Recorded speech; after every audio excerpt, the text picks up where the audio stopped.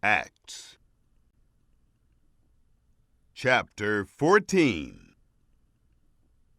In Iconium they entered together into the synagogue of the Jews, and so spoke that a great multitude, both of Jews and of Greeks, believed.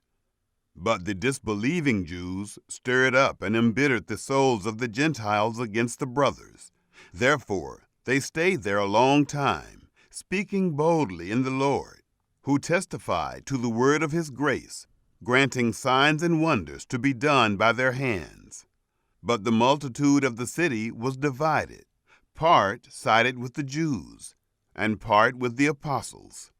When some of both the Gentiles and the Jews, with their rulers, made a violent attempt to mistreat and stone them, they became aware of it, and fled to the cities of Lycaonia, Lystra, Derbe, and the surrounding region.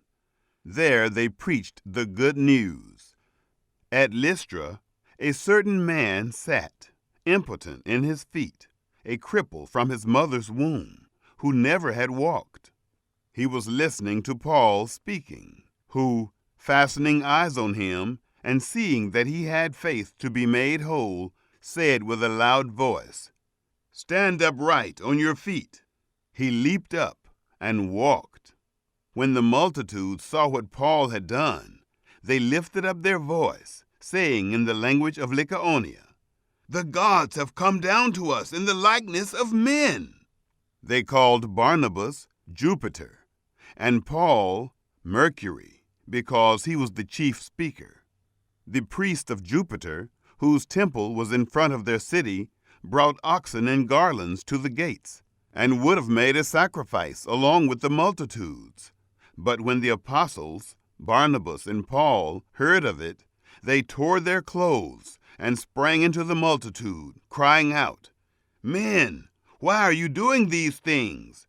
We also are men of like passions with you, and bring you good news, that you should turn from these vain things to the living God, who made the sky, the earth, the sea, and all that is in them, who in the generations gone by allowed all the nations to walk in their own ways.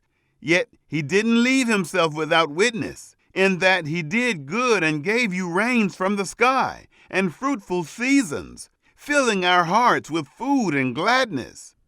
Even saying these things, they hardly stopped the multitudes from making a sacrifice to them. But some Jews from Antioch and Iconium came there, and having persuaded the multitudes, they stoned Paul and dragged him out of the city, supposing that he was dead. But as the disciples stood around him, he rose up and entered into the city. On the next day he went out with Barnabas to Derbe.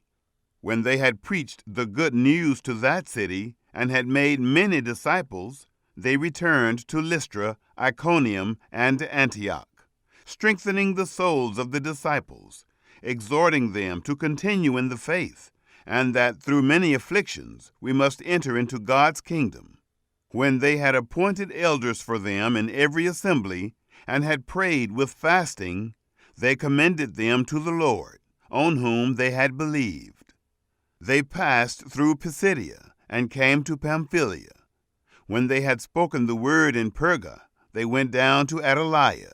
From there they sailed to Antioch, from where they had been committed to the grace of God for the work which they had fulfilled. When they had arrived and had gathered the assembly together, they reported all the things that God had done with them, and that he had opened a door of faith to the nations. They stayed there with the disciples for a long time,